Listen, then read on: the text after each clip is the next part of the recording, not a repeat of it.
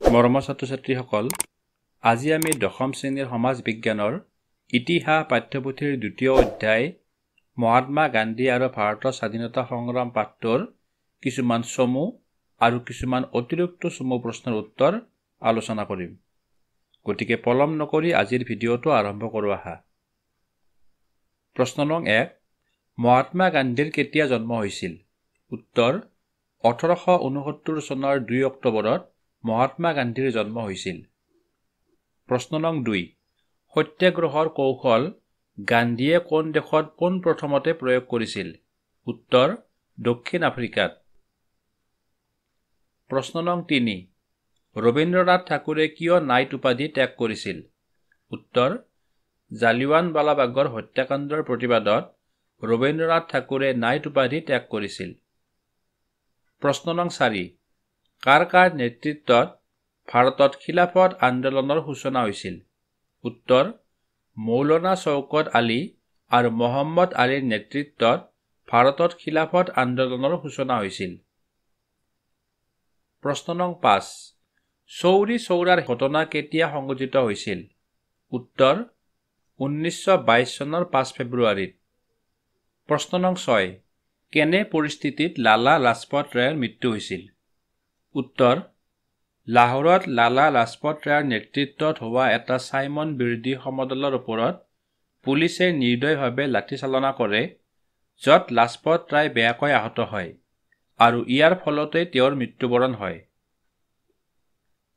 প্ৰশ্ন নং 7, কেতিয়া আৰু ভাৰতীয় জাতীয় কংগ্ৰেছৰ কোনখন অধিৱেশনত ভাৰতীয়সকলৰ মূল দাবী হিচাপে পূৰ্ণ স্বৰাজৰ দাবী উত্থাপন কৰা হৈছিল? উত্তৰ 1929 চনৰ লাহোৰত বহা কংগ্ৰেছৰ অধিৱেশনত। প্ৰশ্ন নং 8, গান্ধীজীয়ে সাবৰমতী আশ্ৰমৰ পৰা দাণ্ডিৰ সাগৰ পাৰলৈ লোন আইন ভংগ কৰিবলৈ গৈছিল। সাবৰমতী আশ্ৰম আৰু দাণ্ডিৰ মাজত দূৰত্ব কিমান? উত্তৰ 385 কিলোমিটাৰ। প্ৰশ্ন নং 9, সীমান্ত গান্ধী নামেৰে কাক জনা যায়? উত্তৰ খান আব্দুল গফুৰ খানক সীমান্ত গান্ধী নামেৰে জনা যায়। প্ৰশ্ন নং 10, লণ্ডনত অনুষ্ঠিত হোৱা দ্বিতীয় ঘূৰণীয়া মেজমেলত কোনে কংগ্ৰেছক এককভাৱে প্ৰতিনিধিত্ব কৰিছিল? উত্তৰ মহাত্মা গান্ধীয়ে। প্ৰশ্ন নং 11, 1932 চনত সাম্প্ৰদায়িক বাটোৱাৰা ঘোষণা কৰা ব্ৰিটিছ প্ৰধানমন্ত্ৰীজনৰ নাম কি আছিল? উত্তৰ ৰামজে মেকডোনাল্ড। প্ৰশ্ন নং 12, কোনটো আন্দোলনৰ সময়ছোৱাত গান্ধীজীয়ে কৰিম কিম্বা মৰিম শ্লোগান দিছিল? উত্তৰ 1942 চনৰ ভাৰত ত্যাগ আন্দোলনৰ সময়ছোৱাত গান্ধীজীয়ে কৰিম কিম্বা মৰিম শ্লোগান দিছিল। প্ৰশ্ন নং 13, আজাদ হিন্দ ফৌজৰ প্ৰতিষ্ঠাতা কোন? উত্তৰ ৰাসবিহাৰী বসু। আজাদ হিন্দ ফৌজৰ ধাৰণাটো পোষণ কৰিছিল কেপ্টেইন মোহন সিঙে। প্ৰশ্ন নং 14, মোক তেজ দিয়া, মই তোমালোকক স্বাধীনতা দিম, এই বিখ্যাত বাণীটো কোন ভাৰতীয় নেতাৰ আছিল? উত্তৰ নেতাজী সুভাষ চন্দ্ৰ বসুৰ। প্ৰশ্ন নং 15, ভাৰত আৰু পাকিস্তানৰ মাজৰ সীমাৰেখাক কি নামেৰে জনা যায়? উত্তৰ ভাৰত আৰু পাকিস্তানৰ মাজৰ সীমাৰেখাক ৰেডক্লিফ ৰেখা নামেৰে জনা যায়। এতিয়া আমি কিছুমান অতিৰিক্ত চমু প্ৰশ্নৰ উত্তৰ আলোচনা কৰিম। কুৱেশ্যন নম্বৰ 1, কিমান চনত মহাত্মা গান্ধীয়ে আইন অধ্যয়ন কৰিবলৈ লণ্ডনলৈ গৈছিল? উত্তৰ 1888 চনত। কুৱেশ্যন নম্বৰ 2, কিমান চনত ওকালতিক পেছাগত লক্ষ্য হিচাপে লৈ মহাত্মা গান্ধী দক্ষিণ আফ্ৰিকালৈ গৈছিল? উত্তৰ 1893 চনত। কুৱেশ্যন নম্বৰ 3, সত্যাগ্ৰহ শব্দৰ অৰ্থ কি? উত্তৰ সত্যাগ্ৰহ শব্দৰ অৰ্থ হ'ল সত্যৰ প্ৰতি আগ্ৰহ। কুৱেশ্যন নম্বৰ 4, কিমান চনত প্ৰথম বিশ্বযুদ্ধ আৰম্ভ হৈছিল? উত্তৰ 1914 চনত প্ৰথম বিশ্বযুদ্ধ আৰম্ভ হৈছিল। কুৱেশ্যন নম্বৰ 5, ৰাওলাট আইন কেতিয়া প্ৰণয়ন হৈছিল?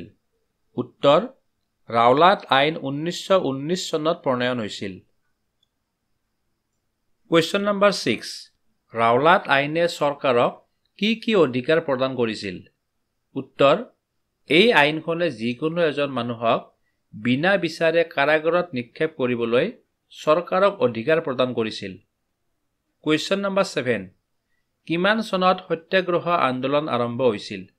উত্তৰ 1919 চনৰ 6 এপ্ৰিলত সত্যাগ্ৰহ আন্দোলন আৰম্ভ হৈছিল। Question number 8। জালিয়ানৱালাবাগৰ হত্যাকাণ্ড কেতিয়া সংঘটিত হৈছিল? উত্তৰ 1919 চনৰ 13 এপ্ৰিলত জালিয়ানৱালাবাগৰ হত্যাকাণ্ড সংঘটিত হৈছিল।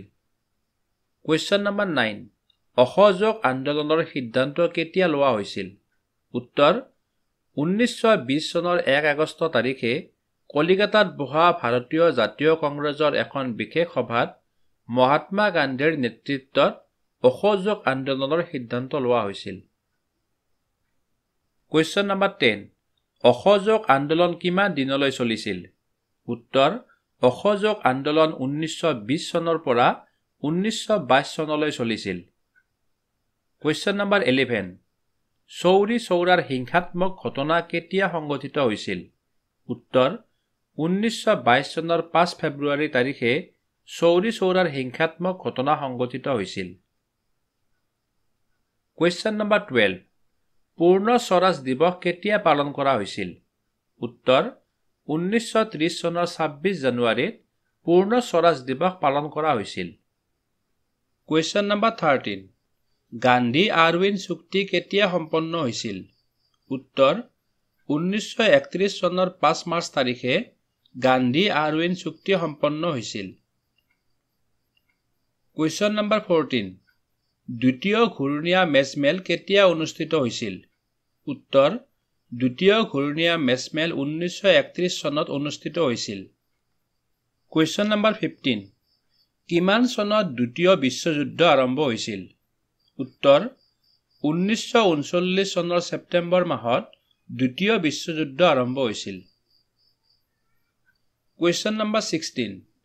কোনটো বিপ্লৱক আগষ্ট বিপ্লৱ বুলি জনা যায়?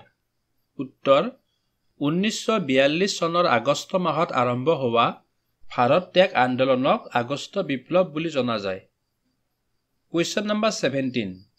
লোণ সত্যাগ্ৰহ বা দাণ্ডী যাত্ৰা কেতিয়া আৰম্ভ হৈছিল? উত্তৰ 1930 চনৰ 12 মাৰ্চ তাৰিখে লোণ সত্যাগ্ৰহ বা দাণ্ডী যাত্ৰা আৰম্ভ হৈছিল। Question number 18। স্বাধীন ভাৰতৰ প্ৰথম গভৰ্ণৰ জেনেৰেল কোন আছিল? উত্তৰ lord Mountbatten. Question number 19। Mahatma গান্ধীৰ পত্নী কস্তুৰবা গান্ধীৰ কেতিয়া মৃত্যু হৈছিল? উত্তৰ 1944 চনত মহাত্মা গান্ধীৰ পত্নী কস্তুৰবা গান্ধীৰ মৃত্যু হৈছিল। Question number 20। মহাত্মা গান্ধীক কোনে কেতিয়া হত্যা কৰিছিল? উত্তৰ 1948 চনৰ 30 জানুৱাৰী তাৰিখে নাথুৰাম গডছেৰ দ্বাৰা মহাত্মা গান্ধীৰ হত্যা হৈছিল। চমু প্ৰশ্ন আৰু অতিৰিক্ত চমু প্ৰশ্নৰ উত্তৰৰ আলোচনা ইমানতে সমাপ্ত হ'ল। ইয়াৰ পিছৰ ভিডিঅ'ত বাকীবোৰ দৰকাৰী প্ৰশ্নৰ আলোচনা কৰা হ'ব। ধন্যবাদ।